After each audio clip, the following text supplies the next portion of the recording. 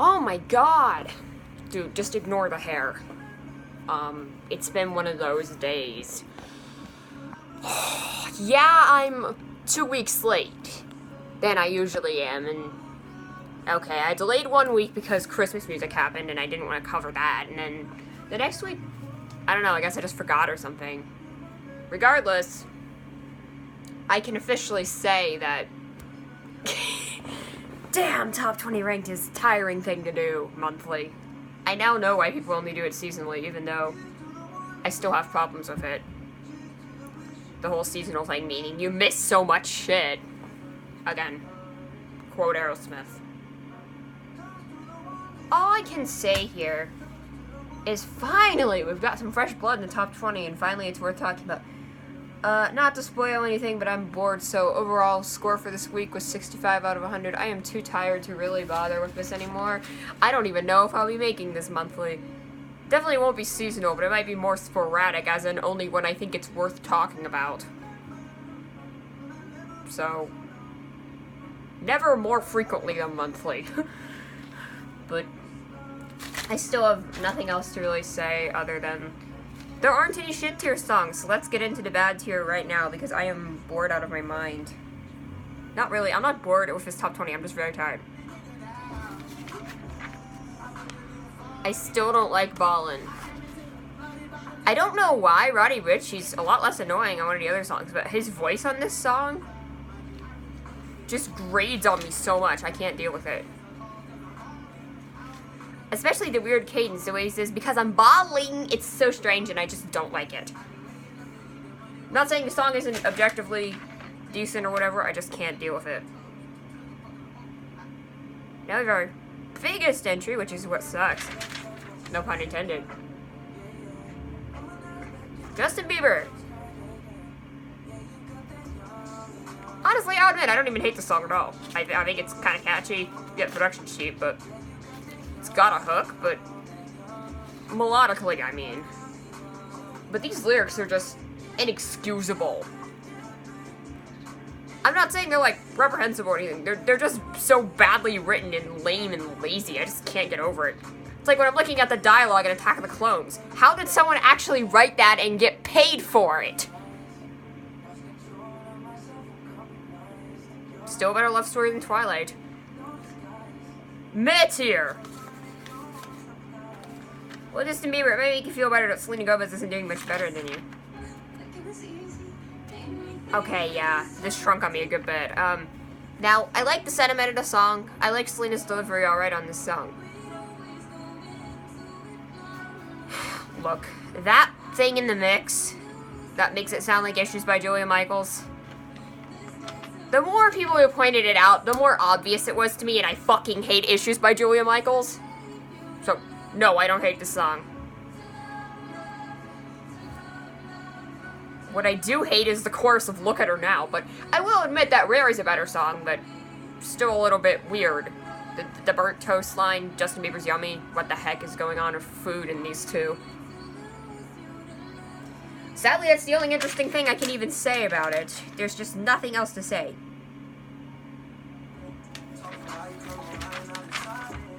Go away! I'm not even gonna credit Chris Brown. He just does not exist. Can we just pretend Chris Brown doesn't exist anymore?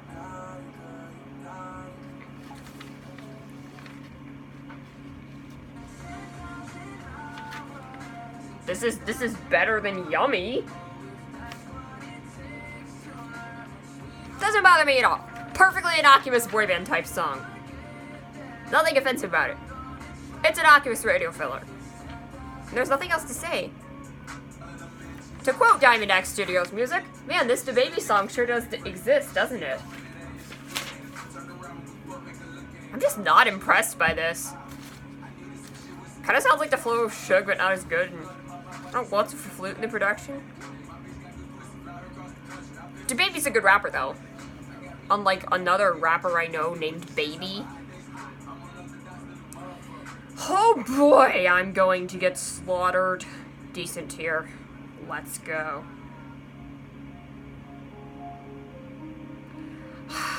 You ever just have to admit an opinion that you know you'll get slaughtered for?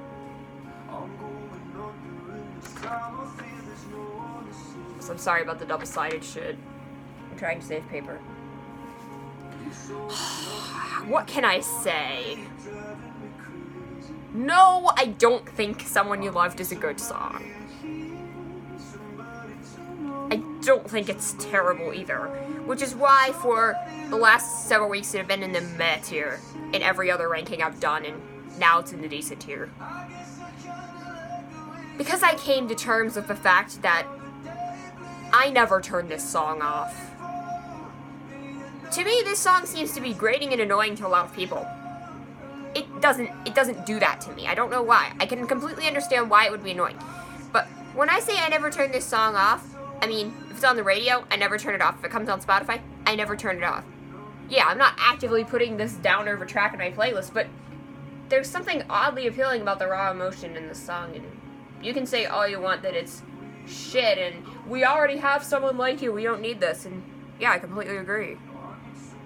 But something about this guy's voice being awful on a song like this, it fits.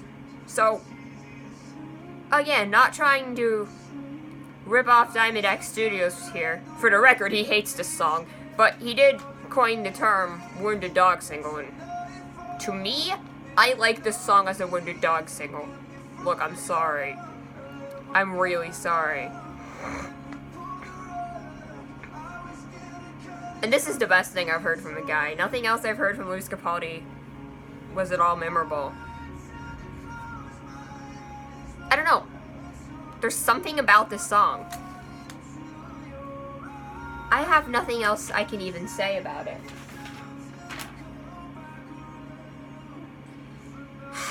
Well, that's over with. Go away.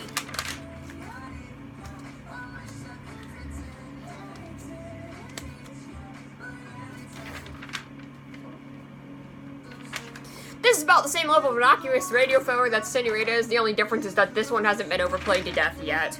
I mean, yeah, it's getting overplayed to death right now, but Senorita's been overplayed to death since August. Honestly, the fact that this is literally a solo Adam Levine song, and the fact that his voice would normally annoy me, I don't know, there's something inherently catchy and sentimental about this song. It's kind of hard for me to hate this, because I don't. It's just not a Maroon 5 song. It's an Adam Levine song. Kind of like High Hopes by Panic at the Disco. Brendan Urie song. Didn't hate the song, just not a Panic at the Disco song. And no, that dude playing guitar doesn't count. I have nothing else to say about this song other than I was absolutely shocked to see how much Todd in the Shadows hated this song. Dude, between this and his blatant Twitter bashing of the new Star Wars movie, I'm having less and less faith in Todd as a critic. Guys, go subscribe to Diamond X Studios. I'm serious. Do it now. And we move. We don't move yet. Okay, speaking of Diamond X Studios, please listen to his review. Or not his review, but his most recent Top 20 Ranked video. He summed up my current thoughts on Truth Hurts perfectly. The reason it's in this tier isn't because it's bad, but it's just because we're tired of it. And it's because Lizzo is too much of a force of personality to handle all at once. That's literally it. This song is fantastic. Right now, I'd just rather never hear it again. Probably in a year I'll love it. Unless it's Havana, but it hasn't been played that much for me. Havana is a song I'd actually be happy to never hear again. Next, and moving into the good tier, number 9 on my list, number 1 on the charts. See, this is the song where I think Roddy Ricch doesn't sound like an absolute stupid, dumb person. I'm sorry. I hate his voice on Ballin'. I mean, he still has this kind of weird, warble, but it's not nearly as annoying as it is on Ballin'. And I mean, considering this is Brad Grapp and he knows where he's coming from, it's not that bad lyrically. And I mean, just musically, this is a weird song. That squeaking thing in the back, and he doesn't seem to be a bad rapper at all, but This is just a weird song, and the hooks that are in this song are just really weird and clunky, but in a memorable kind of way. So I can't really say anything other than I liked this way more than I was expecting to.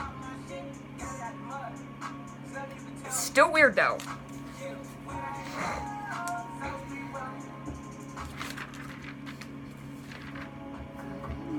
I do like the song a lot, but I respect it more than I like it. I know I'm a Billie Eilish fan, and I've said this, just this song isn't all that memorable musically, or something that I find really compelling to go back to. I do love this chorus, it's very soothing, and the actual lyrics and about what the song is about and the way it's written, I like it a lot. I respect this song. Next. Okay, right now I'm just a tiny bit sick of this song, but damn if this still wasn't a good song. I'm sure in about a year I'll come back to this and think it's one of the best things I've ever thought of, and be like, man, this was a good song. It still is absolutely fucking fantastic. Still reminds me of an old Fleetwood Mac song, and that's a good thing. But it's got Post Malone's distinct, weird, warbling voice, and I like it. It's not better than Fleetwood Mac, though. Guys, go listen to Rumors. Okay, fine. It grew on me. When I first heard this, I was just like, oh, some other generic, no-name trap song being popular. I mean, to be honest, that's exactly what I thought when Old Town Road became big. Okay, please don't let this become as big as Old Town Road. I might like this, but... God. We do not need it to be as big as Old Town Road. One thing I have to say is, one, why is the title in all caps? And two, wasn't there a Police song called Roxanne? I mean, I only know this because my father. I fucking hate the Police. The band, not the cops. Don't come for me, cops. Cops are great. Yay, I love you, cops. That sounded weird, too. But, damn, this song is the catchiest piece of trap I've ever heard in my life. I know why it's popular in TikToks and viral dance music. This kind of reminds me of Vine music from a couple years ago, but done right.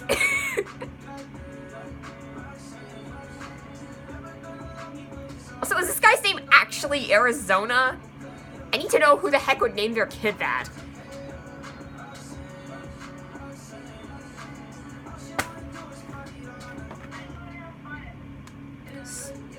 Alright, we're getting into nothing.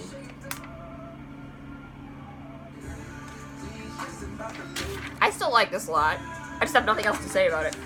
The fact that there's a remix with Rosalia and, I think Lil Baby. Honestly, can't remember who's on it. Or not Lil Baby. Da Baby. I can't remember who's on it.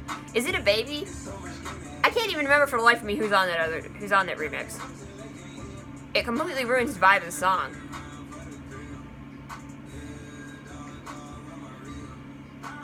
This is one of those vibey songs that's meant to be felt, kind of like Rockstar by Post Malone. Which, the more I listen to it, damn, that's an explicit song and I wouldn't have it any other way. I'm getting on a tangent about Rockstar by Post Malone. Let's move on. And the great tier, finally. Not Truth Hurts. I'm sorry. I can't do this anymore. Fuck my life.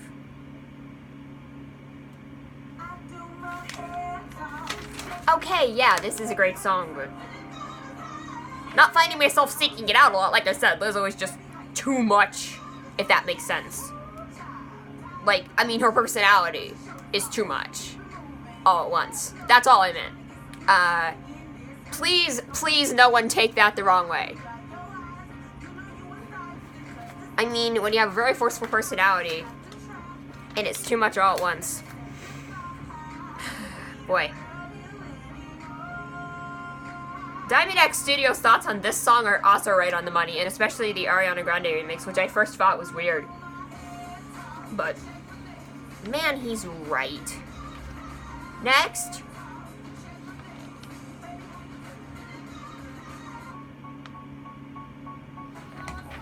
Okay, I was rooting for this big time, and it's here now. Yeah, I like this a lot.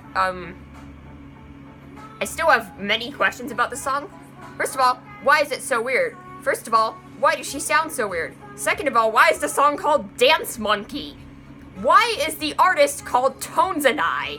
Why does the video have a weird old man dancing? What is wrong with my life? Why is this song surprisingly upbeat and happy while also being about the pressure of the entertainment industry? Why is it called Dance Monkey? Why does she enunciate like this? Why do I like this song? I miss stupid happy songs. That's all I can really say, even though it's not even happy. If you listen to the lyrics, but there's lots of stupid happy songs that aren't happy when you listen to the lyrics. Just let me have this. And Lewis Capaldi. Fucking kill me. Number 2. I mean, I literally can't say anything else. There's a new The Weeknd song on the charts, and it's good, because it was so crazy. The first time I heard this on the radio, the first day this was out, I heard it like 3 times on the radio. But I can't say anything else, man. The Weeknd is just really good. Which, I have nothing else to add to that, but it's not my favorite song in the top 20 because, oh my god, another song I was rooting for big time got in. Dua Lipa, my queen has returned. No, but this song is great. I love it. It's a disco inspired song, obviously. It took a little bit to grow on me. This song didn't really impress me at first, but the more I listened to it, this groove is undeniable. I can't get enough of it. I like songs with a good bass groove, and man, this does it for me. I also love how this is a happy, somewhat triumphant song, which is like, hey, bitch, get out of my face. I got over you already. Stop coming back to me. It's like the opposite of Cry For Me by Camila Cabello, a song I also love for the record. And if you haven't heard Cry For Me by Camila Cabello, please go listen to it, because that song didn't even touch the Hot 100, and I'm still salty about it. I'm crying for her.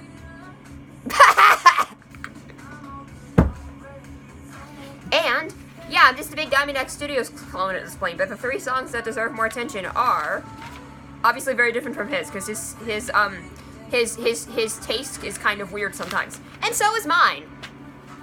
Sometimes they light up. Sometimes he likes ballin', and I don't. I've been told time and time again this song isn't good. Okay, no, I've been told by one person this song isn't good. Now, okay, why does Spectrum Pulse, who is a critic I respect a ton, always end up hating songs I like? Or not hating them, but just being unimpressed. He strikes me as really picky. I strike myself as a boring consumer who doesn't listen to genre charts. But, damn, this popped up on my Spotify, and again, can't deny a groove. I even like the hip-hop on the second verse, because she kind of sounds like Nicki Minaj a bit. But, may I ask how I ended up at this point with Doja Cat? Like,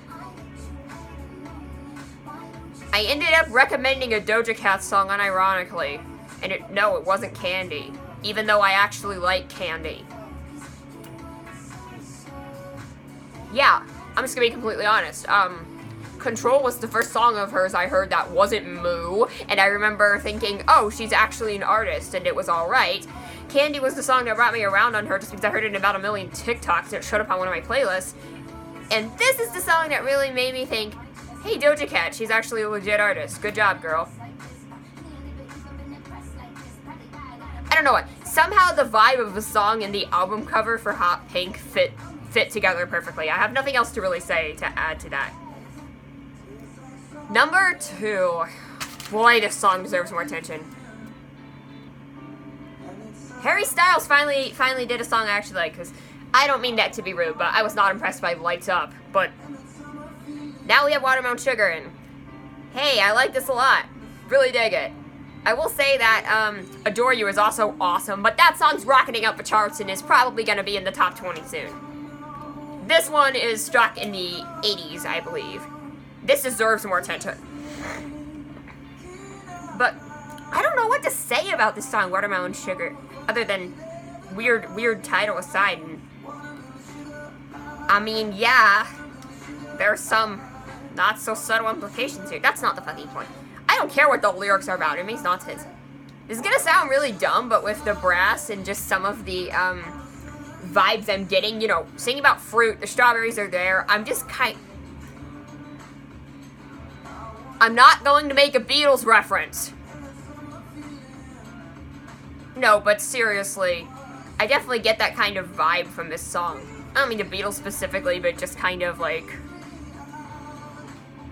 psychedelic vibe from it. Especially looking at this album cover. What am I even supposed to make of this?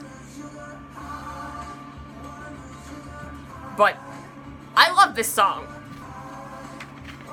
Yeah, this is probably my favorite song out of the ones I'm discussing, but the other one was just higher up the charts, and I'm obligated to discuss it because obviously if I don't discuss this song, people will kill me in the comments, so here we go.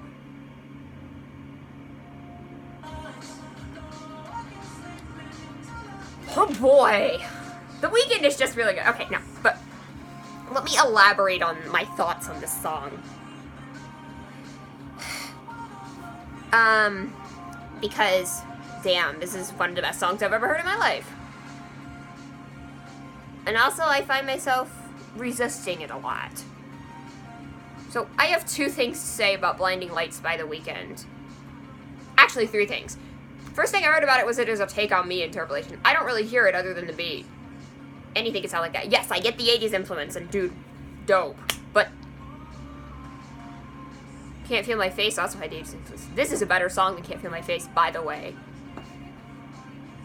But I have two things to say to the song, which are reasons I find it hard to listen to.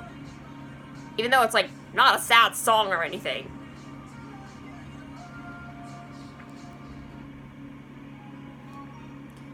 There's a concept of songs that are so good that they're unhumanly good. You ever heard a perfect song before? And when you hear one of these songs, it's just like, wow. Probably some of my favorite songs of all time have some sort of rawness to them. A song that's inhumanly perfect, feels like robots made it, lifts you into the sky in an inhuman kind of way. Rather Be by Clean Bandit and Jessica Lange is a perfect example of what I'm talking about, because this song is one that always gets talked about when referring to perfect type songs, but here we have Blinding Lights, and same kind of situation for me. It's just too good. Although, I definitely get less of a robotic feel from The Weeknd here. There's a lot more emotion here. And the second reason I find this hard to listen to is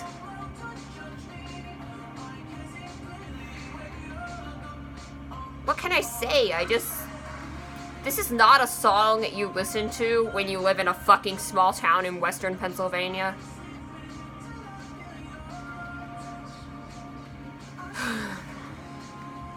This is a song you listen to in New York City, and I just miss it so badly. I've been suffering from on and off depression ever since I visited, and I've been wanting to go back desperately, and this song does trigger some of that for me. I've entirely avoided Welcome to New York by Taylor Swift, by the way. That got really dark, guys. But, and no, this is just in the vibe. This song has nothing to do with New York, but it's just the vibe I get from it. I'm sorry. But that's a good thing. The fact that the song resonated with me to a point to make me have feelings that I didn't want to have, that still means it's doing something right. Kind of, I guess. I don't know. But anyway, please check out this song. It deserves to be the biggest thing in the world. Just I hope y'all are luckier than I am and you're having a great time right now in New York, because